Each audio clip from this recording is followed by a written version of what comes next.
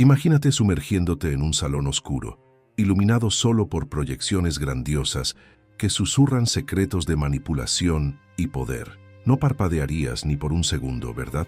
Ahora, imagina sentir el frío de esa audiencia colectiva, unida por un hilo invisible de persuasión, mientras la voz de un hombre resuena como si hablara directamente a tu corazón. Quédate hasta el final para descubrir quién era este mentor sombrío capaz de doblegar la voluntad de millones. El poder de la propaganda nazi en la Segunda Guerra Mundial va mucho más allá de simples carteles. Es un arsenal de mentiras repetidas hasta convertirse en verdad.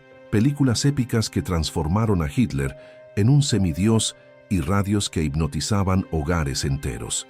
Te sorprenderás con tácticas casi científicas que todavía influyen en lo que ves, oyes y piensas. ¿Ya te suscribiste y activaste la campanita para no perderte ningún detalle?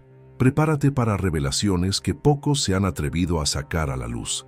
Entraremos en zonas sombrías de la historia y sabrás cómo identificar estos engranajes hoy mismo. ¿Sientes curiosidad por desentrañar cada truco? Entonces deja un like, comenta «Quiero más» y embárcate en este viaje. Al final, tendrás la llave para reconocer cuándo tus ideas son realmente tuyas o fruto de una máquina de persuasión milenaria. Joseph Goebbels, la mente detrás de la máquina. Él se destacaba en el séquito nazi como quien maneja un tablero de ajedrez invisible, moviendo piezas humanas son un gesto frío y preciso. Goebbels asumió la cartera de propaganda con un brillo en los ojos, dispuesto a conjugar la psicología de masas y la retórica incendiaria. Desde el principio, entendió que no bastaba con hablar alto, era necesario susurrar secretos al oído colectivo. Con un vocabulario afilado, ponía en práctica expresiones calculadas capaces de avivar el espíritu de urgencia. En el fondo, cada frase suya llevaba la firma de un mentor sombrío, listo para esculpir mentes.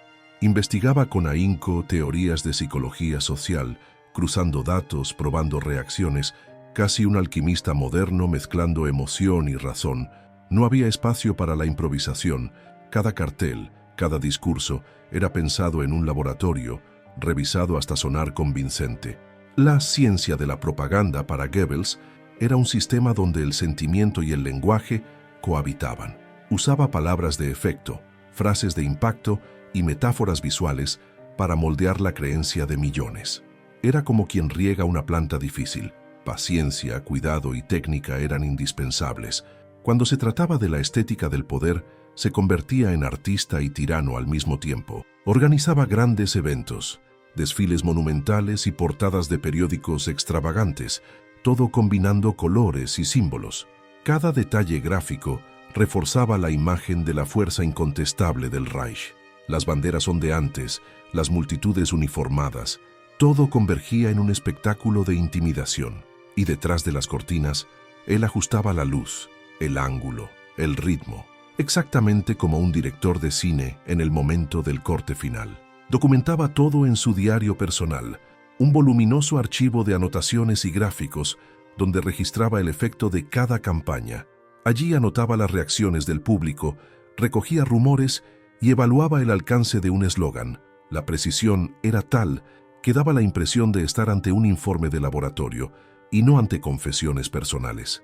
Este hábito casi obsesivo le garantizaba el poder de corrección instantánea. Si algo no funcionaba, en la página siguiente ya tenía un plan B.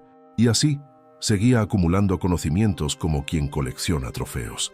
En el instante en que Goebbels trasladó su método a la vida cotidiana alemana, plantó la semilla de algo más grande, la idea de que la verdad es maleable, basta con dominarla en el imaginario colectivo.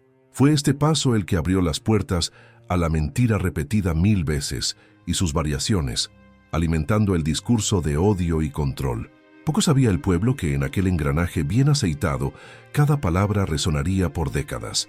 En una sutil danza entre falsedad y creencia, los propagandistas nazis forjaron el mantra de que una mentira repetida 1000 veces se convierte en verdad. Sabían bien que al insistir en el mismo mensaje en radios, periódicos y carteles, acabarían impregnando la mente colectiva. Poco a poco, la frontera entre fantasía y realidad se desvanecía, como tinta diluida en la lluvia. Sin darse cuenta, el público comenzaba a repetir la narrativa, convencido de su veracidad. Y así, el rumor crecía, ganaba vida propia, escapaba al control de sus creadores. Para alimentar este motor de falsedades, creaban rumores controlados, chismes cuidadosamente arquitectados que parecían surgir del pueblo llano. Era un método de retórica de la vieja escuela, pero elevado a un nivel científico. Insertaban insinuaciones en conversaciones callejeras, murmuraban en cafés, dejaban notas filtradas a periodistas complacientes. La sensación era de algo espontáneo, un movimiento orgánico, cuando en realidad todo formaba parte del tablero de Goebbels. Con el antisemitismo no fue diferente. Buscaron normalizar el odio infundado usando repeticiones obsesivas. Día tras día, oír que los judíos eran la amenaza interna reforzaba el miedo y justificaba políticas de persecución. Quien no tenía acceso a otras fuentes lo creía a pies juntillas, apoyando medidas extremas, y el expansionismo nazi ganaba respaldo popular, por más absurdo que pareciera. La propaganda, en fin, torturaba la razón hasta hacerla ceder a lo que les convenía. Aliada al culto a Hitler, esta mentira constante dibujaba a un líder infalible, casi mesiánico. Bastaba algún episodio, real o inventado, y ellos lo amplificaban hasta convertirlo en leyenda. Cualquier tropiezo era disfrazado o silenciado. Cualquier acto de genio era pregonado hasta sonar divino. Y el pueblo, atrapado en la repetición, comenzaba a venerar al Führer sin cuestionar, viéndolo como un padre protector que jamás falla. Cuando el telón de la posguerra finalmente se alzó, mucha gente se sorprendió al descubrir que lo que había creído era pura escenificación. Pero, para quien vivió inmerso en aquel torbellino de mentiras, deshacer el hechizo fue doloroso y prolongado. Aún hoy, el eco de aquel truco se hace sentir en medios y regímenes que insisten en repetir verdades dudosas. Y sin darnos cuenta, seguimos el hilo que lleva al siguiente capítulo: el poder del cine como arma. La fuerza del cine nazi brotó cuando Riefenstahl entró en escena con Triumph des Willens, el triunfo de la voluntad, un espectáculo de luz y sombra que elevó a Hitler a un héroe casi mitológico. Ella aprovechó ángulos vertiginosos, planos abiertos y primeros planos dramáticos para crear una narrativa visual arrebatadora. Como si dirigiera una legión romana, orquestaba a multitudes en marcha, dándoles un ritmo y una grandiosidad dignos de un desfile del César. El silencio a veces reinaba, a veces explotaba en aplausos resonantes, todo captado por la lente al servicio de la idolatría. Fue cine, sí, pero transformado en un arma afilada contra la razón. Riefenstahl no inventó la propaganda filmada, pero refinó técnicas con pulso de artista y precisión de estratega. Estudiaba cada corte, cada encuadre y probaba reacciones en sesiones cerradas, ajustando la cámara y la banda sonora. Los movimientos de cámara fluían como flechas certeras, guiando la mirada y el sentimiento del espectador. La dirección de arte, inspirada en monumentos de la antigüedad, remitía al Coliseo y al Foro, evocando un poder milenario. Y así el documental político adquirió el estatus de épica cinematográfica. El componente emocional era fundamental. Las escenas eran envueltas por una banda sonora grandiosa, resonando como trompetas de victoria. En ciertos momentos, el silencio cortaba la respiración, preparando al público para la explosión de corazones y banderas. Cada fotograma estaba planeado para despertar orgullo, pertenencia e incluso reverencia. Cuando volvía a las calles, el alemán promedio llevaba en el alma un sentido de grandeza colectiva, como si hubiera participado en un rito sagrado, y sin darse cuenta, vivía el enredo de su propia mente. No solo de planos abiertos vivía la película. Los primeros planos de rostros de oficiales captaban expresiones de determinación y devoción. Era casi posible sentir el sudor, el palpitar del entusiasmo, como si estuvieran allí. Riefenstahl negociaba la intimidad con la masa, mezclando lo íntimo y lo público en un solo cuadro. Esta fusión de lo individual y lo colectivo reforzaba la idea de que cada alemán formaba parte de algo más grande. No había espacio para la oposición. El poder del cine sofocaba cualquier resquicio de duda. Finalmente, la herencia técnica de Triumph des Willens sobrevivió tras la guerra, reverberando en espectáculos de masas y megaeventos deportivos en todo el mundo. Aquel lenguaje cinematográfico, cortes rápidos, panorámicas épicas y bandas sonoras triunfales, se convirtió en un conducto probado para despertar grandes emociones. Sin embargo, no te equivoques. Detrás del glamour se guardaba una intención de dominación. Y esta película, primer acto del espectáculo nazi en pantalla, nos conduce directamente al siguiente tema, donde la imagen de Hitler se vuelve casi sagrada. Al sugerir que el Führer era más que un hombre, el Ministerio de Propaganda tejía un velo casi sagrado en torno a su figura. Cada retrato debía resaltar su semblante resuelto, la frente en alto como quien carga con el destino de la patria. Las fotos circulaban en periódicos, fachadas e incluso en monedas, de modo que era casi imposible escapar de aquella mirada penetrante. Era como si, en cada esquina, Alemania encontrara a su propio guardián. Y entre nosotros, pocos se resistían a tanta fuerza visual. Para garantizar la uniformidad, toda imagen pasaba por un riguroso filtro. Colores, ángulos y expresiones tenían que reflejar imponencia y serenidad. ¿Gafas? Jamás.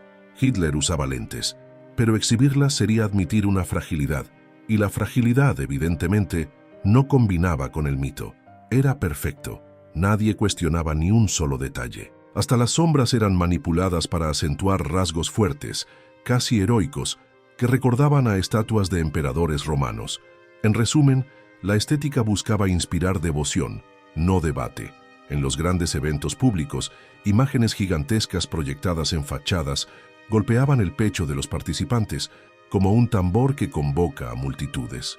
Sobre filas alineadas de soldados, banderas ondeantes formaban una alfombra de colores, dibujando el perfil del líder. La similitud con los triunfos de Roma era clara. Allí cada pilar, cada estandarte, reforzaba la narrativa de un imperio indestructible. ¿El efecto? Un escalofrío en la espalda, mezclado con un calor de pertenencia. En las revistas y folletines semanales, los artículos elogiaban hasta los más mínimos gestos de Hitler, un apretón de manos, una sonrisa contenida o una conversación con oficiales. El lenguaje emocional lo volvía todo íntimo. El ciudadano se sentía amigo del Führer, como si hubieran compartido una jarra de vino o confidencias a la luz de la chimenea. Este truco de proximidad diluía la barrera entre pueblo y tirano, haciendo que muchos aceptaran órdenes sin siquiera darse cuenta.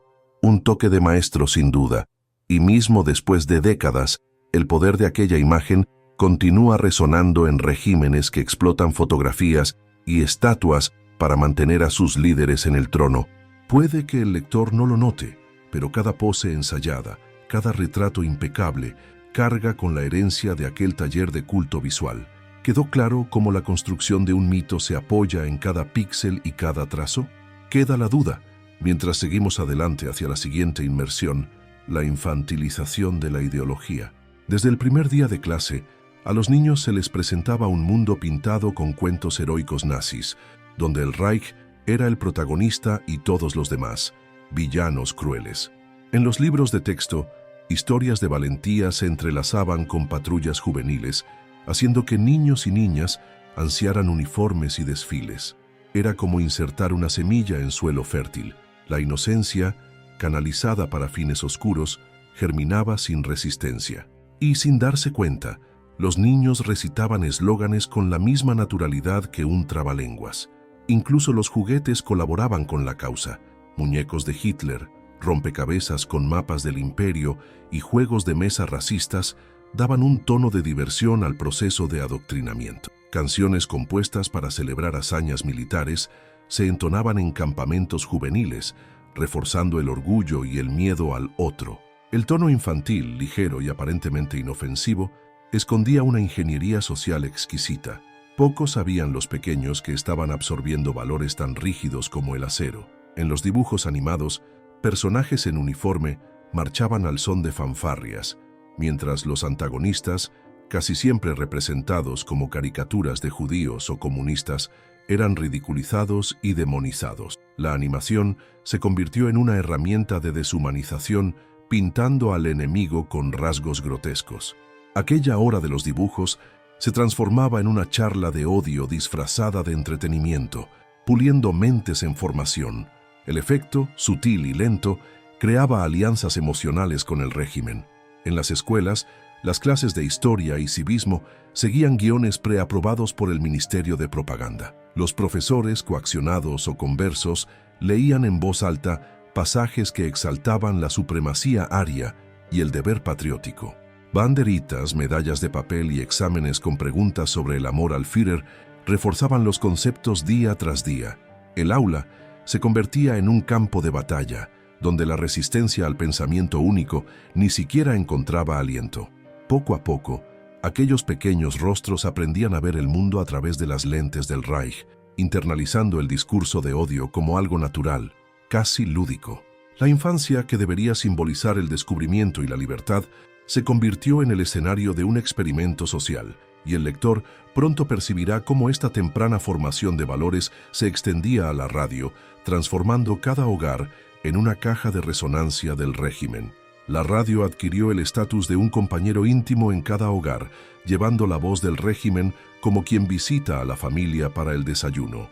Con el Volksempfänger, fabricado en masa y vendido a bajo precio, el gobierno se aseguraba de que las emisoras extranjeras no invadieran el día a día del ciudadano. Era una radio hecha para el pueblo, pero empaquetada con discursos meticulosos, capaces de hipnotizar a audiencias incluso sin imagen. Esta simple caja de madera se transformó en un portal hacia la mente colectiva. Las programaciones estaban cronometradas al segundo. Noticias oficiales, música patriótica y mensajes de Hitler llenaban horarios precisos, creando una rutina y una dependencia. En lugar de comunicar hechos, aquellas ondas sonoras pintaban un retrato distorsionado de la realidad, siempre a favor del Reich. Quien cambiaba de estación encontraba solo estática, un silencio que te empujaba de vuelta a la voz amiga del gobierno. La banda sonora del día a día, por lo tanto, era un recordatorio constante de quién ostentaba el poder. En un fragmento de su discurso, Goebbels llegó a experimentar con efectos de sonido sutiles, como redobles de tambor y golpes de marcha, capaces de acelerar el ritmo cardíaco del oyente. Era propaganda sensorial, probada en pequeños grupos antes de ser transmitida a nivel nacional. El resultado, una sensación de presencia física del orador, como si estuviera de pie junto a la radio, susurrando órdenes. Este truco minaba la resistencia crítica, pues involucraba el cuerpo y la emoción. Para mantener a las familias alineadas, el gobierno incentivaba las audiciones en serie. Clubes de radio se reunían semanalmente en gimnasios para escuchar transmisiones en vivo, aplaudir a los líderes y discutir las noticias del Reich. El ritual tenía la apariencia de una convivencia cultural, pero reforzaba la idea de una unión inquebrantable. Niños y ancianos, lado a lado, compartían la misma onda sonora, viviendo la propaganda como un espectáculo comunitario. Incluso después de que las ondas cortas y largas perdieran relevancia tecnológica, el legado de aquella radio persiste en las prácticas de comunicación de masas.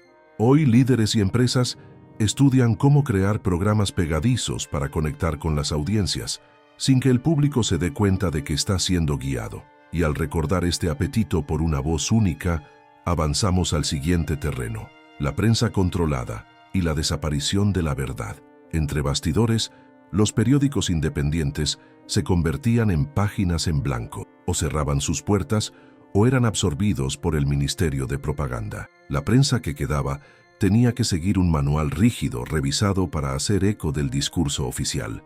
Los reportajes inconvenientes desaparecían sin dejar rastro, como quien borra un capítulo entero de un libro, y el titular del día era siempre el mismo: alabanzas al Reich, ataques al enemigo y refuerzo de la estabilidad nacional. Cuando los periodistas se atrevían a cuestionar, en rarísimas ocasiones, eran llamados para un asesoramiento ideológico o sumariamente reemplazados. El miedo a perder el empleo y entrar en la lista negra transformaba a los reporteros en repetidores de las tesis nazis. Así, el periodismo de investigación se extinguió en un abrir y cerrar de ojos, dando lugar a artículos estandarizados e insípidos.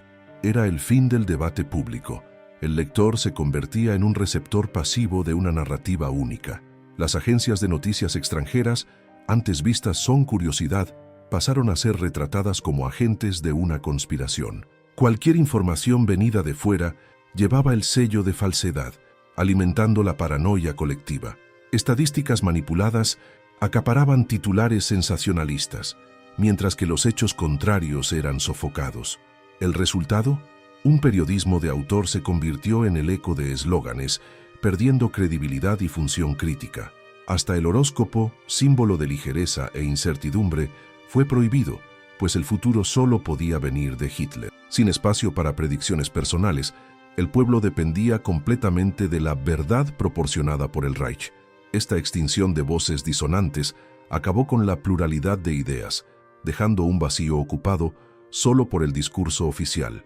Y sin pluralidad no hay democracia, solo una unanimidad fabricada. Detrás de esta maquinaria existía la certeza de que quien controla la información controla las conciencias. Hoy, conociendo esta estrategia, le corresponde al lector reflexionar. ¿Cuántas veces aceptamos titulares sin cuestionar la fuente? Manteniendo esta inquietud en mente, seguimos adelante para ver cómo la estética monumental elevaba al régimen a la categoría de eternidad. Bajo la batuta de Albert Speer, la arquitectura nazi fluía como un poema pétreo, donde columnas inmensas y ángulos rigurosos hablaban de eternidad. Plaza tras plaza, se erigían monumentos que aplastaban al individuo bajo la grandiosidad del Estado. Era como caminar por un templo de piedra donde el eco de los pasos sonaba como un aplauso al régimen. Cada edificio cargaba un simbolismo antiguo, reminiscencias de Roma, e invitaba a una reverencia muda. En los desfiles, la coreografía de miles de soldados seguía marcaciones precisas, recordando formaciones de legiones imperiales. Las banderas ondeaban en fila, creando un mar de símbolos que envolvía al participante en un abrazo colectivo. El ritmo de la marcha, acompañado por fanfarrias militares, amplificaba el sentido de pertenencia. No eras un mero espectador, sino parte de algo grandioso. Y así el cuerpo de la multitud se convertía en una extensión viva del Reich. Speer diseñaba escenarios para el poder, podios elevados, largas rampas y gradas en semicírculo maximizaban la visibilidad del líder, centralizándolo en un punto de casi sacralización. Las fotografías y películas explotaban esta simetría, reforzando la idea de un orden infalible. Era un espectáculo total. La arquitectura y la masa humana danzaban juntas, coreografiadas para exaltar el mito del Estado absoluto. Las banderas, rojas con la esvástica en el centro, no eran meros adornos, sino elementos de culto. Estaban dispuestas estratégicamente, dibujando laberintos visuales que guiaban la mirada y la emoción. La combinación de color y forma creaba un campo semántico de poder, traducido en pulsos de adrenalina y orgullo nacional. Era diseño político en su forma más cruda y poderosa. Detrás de la lógica estética había un cálculo frío. La grandiosidad arquitectónica y el torbellino de las multitudes funcionaban como un arsenal psicológico. Quien presenciara aquel espectáculo cargaría, en su interior, con la sensación de impotencia ante tal maquinaria. Pero por ahora, el lector ya ha sentido el peso de estas piedras y banderas. El siguiente paso será aprender cómo el otro fue forjado como un enemigo invisible. Los nazis dominaron el arte de transformar a grupos enteros en personajes de terror. Judíos, comunistas y eslavos se convirtieron en villanos abstractos, responsables de todo el mal de la nación. A través de caricaturas agresivas en carteles y periódicos, los pintaban con rasgos bestiales, casi animales. El objetivo era el prejuicio latente que florecía al ver rostros distorsionados y estereotipos flagrantes. Poco a poco, aquel fantasma ganaba cuerpo en el imaginario popular, alimentado por narrativas repetidas a voz en grito, y así el otro dejaba de ser gente para convertirse en una amenaza. Goebbels y su equipo manipulaban estadísticas con la misma naturalidad que un orfebre pule el oro. Inventaban cifras, inflaban porcentajes, hacían documentales que mostraban supuestos peligros. Cada dato circulaba en radios, periódicos y películas, revestido de autoridad, que era un engaño, pero tantos lo repetían que acababa sirviendo como brújula moral. Así, el buen ciudadano creía estar defendiendo el bien, sin sospechar que navegaba en una marea de falsedades. Cuando se daba cuenta, ya estaba atrapado en la red. En las escuelas el otro era presentado como una figura de pesadilla. Pinturas y cuadros mostraban a niños enemigos, siendo controlados por líderes monstruosos. Los profesores discutían la supuesta conspiración de los extranjeros, predicando que el peligro estaba a la vuelta de la esquina. La lección era clara. Proteger la patria exigía una vigilancia perpetua. Este método infantilizaba el concepto de amenaza, haciéndolo caber en mentes aún en formación. El resultado, crecía una generación lista para señalar con el dedo y marchar contra enemigos ficticios. En los mítines, discursos encendidos evocaban al otro como un enemigo omnipresente, culpándolo de las crisis económicas, el desempleo y el desorden social. Bastaba un gesto de indignación del orador para que la multitud se inflamara, gritando consignas. Era casi un ritual. Los presentes sentían el impulso colectivo contra ellos, unidos por el mismo objeto de odio. Incluso quien llegaba escéptico se sentía presionado a no romper el coro. La propaganda transformaba el miedo en combustible, manteniendo el motor del autoritarismo siempre encendido. Cuando el otro se convirtió en blanco de persecución, se encerró al pueblo en el círculo vicioso del prejuicio, listo para justificar desde la discriminación hasta el genocidio. Lo más aterrador, aquel engranaje que transformó a seres humanos en chivos expiatorios se reproduce en varias facetas del mundo contemporáneo, desde manuales de odio institucional hasta discursos de exclusión.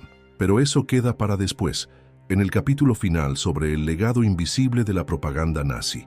Incluso después de las ruinas del Reich, ciertas fórmulas de convencimiento continuaron circulando en panfletos y vallas publicitarias, adaptadas a nuevos contextos. Las agencias de propaganda comenzaron a estudiar aquel catálogo de técnicas como si fuera un manual de alquimia social. Frases de efecto e imágenes impactantes, antes usadas para aplastar al otro, fueron reutilizadas para vender productos e ideas, en una alquimia tan sutil que pocos perciben su origen. El lector, entonces, pasa a ver la sombra de Goebbels en los carteles de grandes campañas. En el ámbito político, diversos regímenes buscaron inspiración en la grandiosidad de los desfiles y en los discursos ensayados en plazas públicas. La coreografía de masas, antes reservada a desfiles militares, hoy aparece en manifestaciones organizadas con banderas alineadas y cánticos sincronizados. Mientras tanto, el uso de símbolos fuertes y colores contrastantes sigue haciendo eco de la lógica de atraer miradas y unir corazones en torno a causas. La lección fue asimilada. Quien domina el imaginario colectivo ostenta el poder de conducir multitudes. En el campo comercial, eslóganes cortos y repetidos en anuncios de revistas o en los altavoces de las ferias pasan por la misma ingeniería de repetición que moldeó creencias hace décadas. Se fue el discurso explícito de odio, pero permaneció la técnica de asociar productos con emociones potentes: orgullo, nostalgia, pertenencia. La marca, tal como un líder carismático, promete soluciones y refuerza identidades, y así, campañas inteligentes se valen de la retórica moldeada por Goebbels para despertar una lealtad casi instintiva. Incluso en manuales de oratoria y entrenamiento de portavoces, se encuentra la doctrina de la hipnosis colectiva, disfrazada de persuasión ética. Se entrenan técnicas de variación de tono, pausas estratégicas y uso de interjecciones para captar la atención y crear una conexión inmediata. Quien estudie los discursos memorables de líderes contemporáneos verá ecos claros de arquetipos creados en el Reich. La credibilidad se construye con un compás rítmico, como una dirección orquestal, para conducir a las multitudes al mismo compás. Finalmente, el mayor legado es la amarga lección de que los constructos simbólicos pueden sobrevivir a los regímenes y pasar de mano en mano, ya sean benignos o peligrosos. El conocimiento rara vez se pierde, solo cambia de nombre y de escenario. Corresponde al lector reconocer estas marcas en la comunicación cotidiana y cuestionar cada mensaje, cada cartel, cada programa de radio que le parezca irresistible, y así mantenemos vivo el espíritu crítico que el Reich intentó enterrar, abriendo el camino a reflexiones más profundas. Al cerrar esta inmersión, llévate contigo no solo historias sombrías, sino herramientas prácticas para detectar y desmontar cualquier manipulación. Pregúntate, ¿cuántas veces has dejado de cuestionar un titular? ¿En qué carteles te has visto envuelto sin darte cuenta? Ahora es el momento de aplicar esa mirada crítica. Observa tus feeds, tus videos, tus anuncios con nuevos ojos y denuncia lo que huela a manipulación. ¿Y tú? ¿Estás listo para asumir el control de tu propio pensamiento y desafiar cada verdad predicada sin pruebas? Reflexiona. ¿Qué estrategias ya has identificado en tu rutina? Compártelo en los comentarios para fortalecer la vigilancia colectiva. En el canal hay otras historias tan grandiosas como esta, llenas de conflictos, descubrimientos y misterios que moldearon todo lo que somos hoy. Suscríbete al canal, activa las notificaciones y comenta para continuar desentrañando los engranajes del poder. Cada nuevo video es un paso más en el viaje del conocimiento que pocos se atreven a recorrer. Al fin y al cabo, ese es el primer paso para acceder al conocimiento presentado con claridad y profundidad. Nos vemos en el próximo video. Hasta la próxima.